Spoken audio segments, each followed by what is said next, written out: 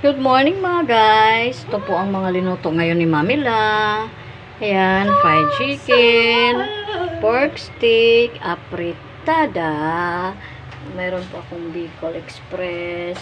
At saka meron kinilaw na talong. Ayan mga guys. Bicol, apritada, pork stick, fried chicken. Meron naman dito isda,